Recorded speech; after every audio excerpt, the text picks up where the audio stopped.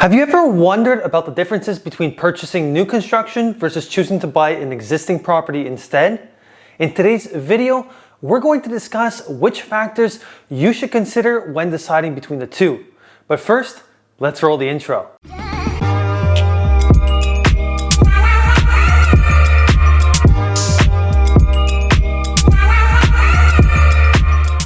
Hi everyone, Josh here, and before we start, I just want to remind you to hit that subscribe button and turn on the post notifications so that I can continue to make more content like this in the future. So you've decided you're ready to purchase a property.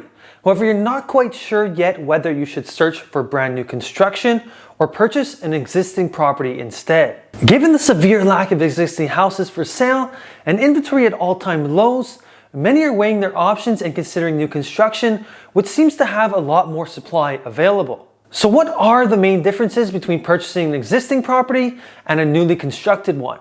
To start, one of the biggest to consider is your timeline. Typically, an existing house will close much quicker than new construction. On average, you'll be able to go from offer to moving in within 30 to 90 days. When it comes to new construction, timelines will definitely vary. In most cases, it takes a much longer period of time before moving in compared to resale, especially when you're in the early stages when they have not yet begun digging. It could be anywhere from a year or two, and in some cases even longer before you can move in. When planning and building new construction, there can be several unscheduled delays that cause the timeline to be pushed back. This has especially been more common since the pandemic due to the supply disruptions and shortages of materials and labor. As a buyer, you must be aware and prepared for potential delays until some of the supply chain issues improve. Now that we cleared up the timeline, let's talk a bit about money. When it comes to financing options for existing properties or new construction, you are typically able to get the same conventional or insured mortgage loans with the bank. However, where new construction might differ from resale is how much is required for your down payment. Typically, if you are buying an existing property as a personal residence, you will only be required to have a minimum down payment of 5% of the purchase price. For new construction, on the other hand, the down payment varies depending on the builder and the stage of construction. The builder could require down payments of 5%, 10%, 15%, and even 20%.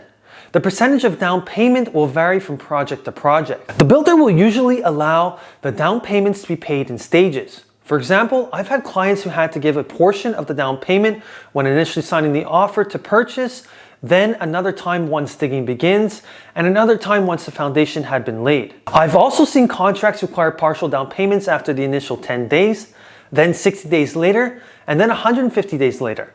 Every builder is different and the down payment requirements will vary between projects. Another difference to consider between existing properties and new construction are the costs when buying. In most cases, when purchasing an existing property, buyers are responsible for choosing and paying the notary and inspector.